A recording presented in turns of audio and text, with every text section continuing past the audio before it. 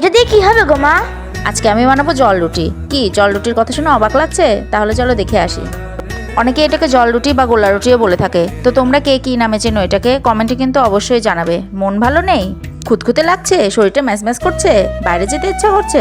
আরে না, বাড়িতে বসেই চটজলদি বানিয়ে নাও জল রুটি। এটা বানাতে তেমন কোনো সময় লাগে না, খুব জলদি এটা বানানো যায়। আজকে আমি 2 রকম ভাবে জল রুটি বানিয়ে দেখাবো। তো চলো দেখা যাক। ময়দাটাকে আমি ঠান্ডা জল দিয়ে একটা গোলা তৈরি করে নেবো। তারপরে এতে দেবো সামান্য পরিমাণ লবণ আর পরিমাণ মতো চিনি। এবার সবকিছু সুন্দর করে মিশিয়ে নিলেই হয়ে গেল আমাদের গোলাটা তৈরি। আর একটা পাত্রে আমি কাঁচামরিচ সহ গোলাটি তৈরি করে নিচ্ছি। তো আমি 2 রকম ভাবেই দেখাবো।